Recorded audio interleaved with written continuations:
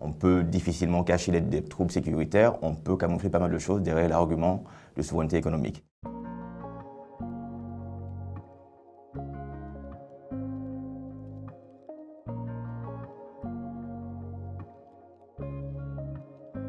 Le premier argument qui a été mis en avant par les jeunes, c'était l'argument sécuritaire.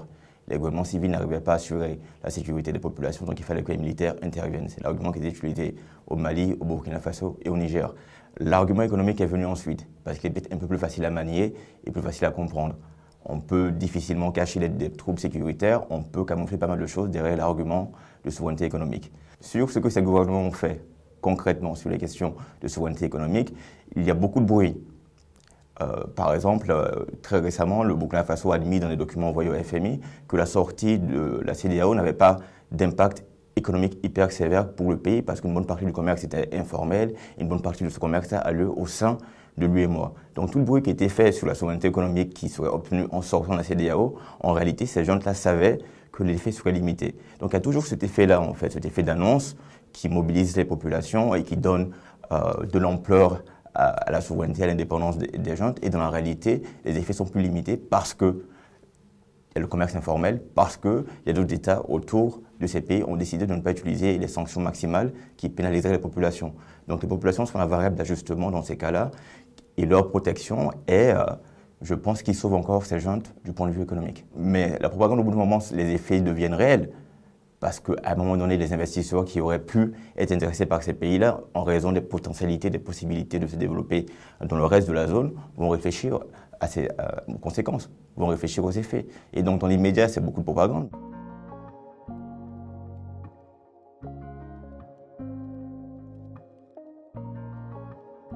Je pense qu'il faut faire une différence déjà entre le souverainisme économique tel que compris par Bassirou et Ousmane Sonko et le souverainisme économique tel que perçu par la junte, par les jeunes sahéliens. Je pense qu'il est très intéressant de noter que dans le cas du Sénégal, les audits qui ont été lancés dans le secteur pétrogazier sont très spécifiques. Il y a des promesses de renégociation de différents contrats qui n'ont pas encore été lancés, mais le fait de commencer par les audits spécifiques sur les dépenses, c'est une manœuvre beaucoup plus, je ne sais pas intelligente, mais en tout cas beaucoup plus habile, beaucoup plus agile que ce que les gens ont fait dans le reste de cette région-là. Cette rupture a lieu étape par étape et se fait de façon beaucoup plus intelligente et beaucoup plus technique en fait que ce qui a été fait ailleurs. Il y a des premiers éléments et qui sont conduits de façon beaucoup plus efficace, peut-être un peu technocratique d'ailleurs, que populiste. Mais le problème qui vient avec ça, si je peux citer Shakespeare rapidement, c'est que les passions violentes ont des fins violentes, très souvent. Et ma crainte, c'est que les passions qui ont été soulevées pendant toutes ces années dans l'opposition,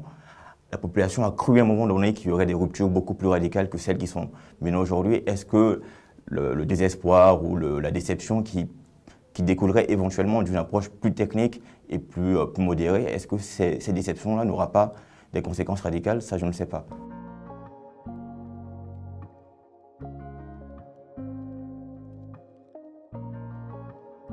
Il faut revenir encore sur la chronologie.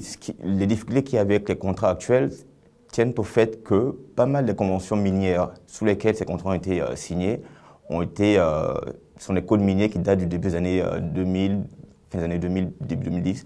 Et c'est des clauses qui étaient très avantageuses pour les entreprises minières. Mais pourquoi est-ce qu'il fallait ces clauses-là? Parce que la confiance des investisseurs et des entrepreneurs privés dans ces pays avait été détruite par les juntes précédentes, par les régimes militaires et dictatoriaux qui étaient en place dans ces pays-là. Donc il a fallu mettre en place des clauses très favorables pour faire venir les investisseurs.